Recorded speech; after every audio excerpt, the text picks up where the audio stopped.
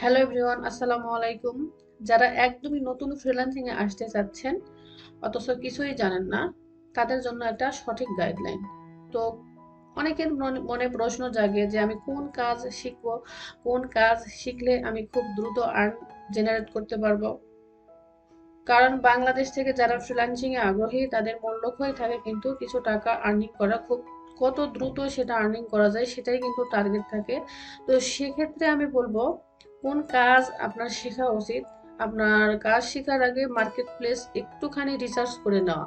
এখানে অনেক রকমের মার্কেট প্লেস আছে, আপওয়ার্ক আছে, তারপর হচ্ছে ফাইবার আছে।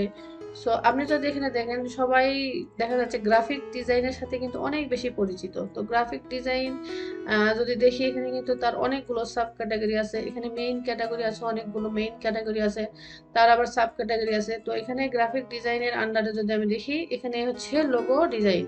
তো লোগো ডিজাইনে যদি ক্লিক করি তো এখানে দেখতে পাবেন এখানে কতগুলো সার্ভিস অ্যাভেলেবল।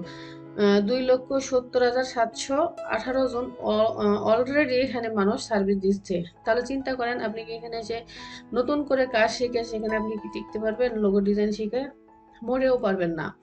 আবার এখানে আমি যদি প্রোগ্রামিং অ্যান্ড টেকের আন্ডারে এখানে যদি একটা এই যে ব্লগ ক্যাটাগরি যদি ক্লিক করি তাহলে দেখবো এখানে 1794 জন সার্ভিস অ্যাভেলেবল। তার মানে 1794 সার্ভিস জন এই সার্ভিসটা প্রোভাইড করতেছে। তার মানে কি হলো, কোথায় ওখানে মানে অনেক বেশি আর এখানে কত কম। তো আপনি যদি এই ক্যাটাগরির উপর কাজটা শিখেন অবশ্যই মানে আপনার সাকসেস পাওয়ার অপরচুনিটি যেটা সেটা কিন্তু অনেক তাড়াতাড়ি হয়ে যাবে।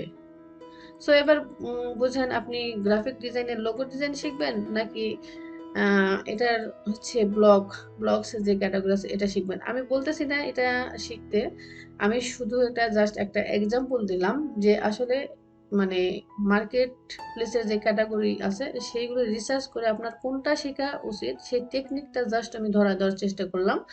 আর বাকিগুলো আপনি নিজে নিজে করে নিতে হবে। ধন্যবাদ।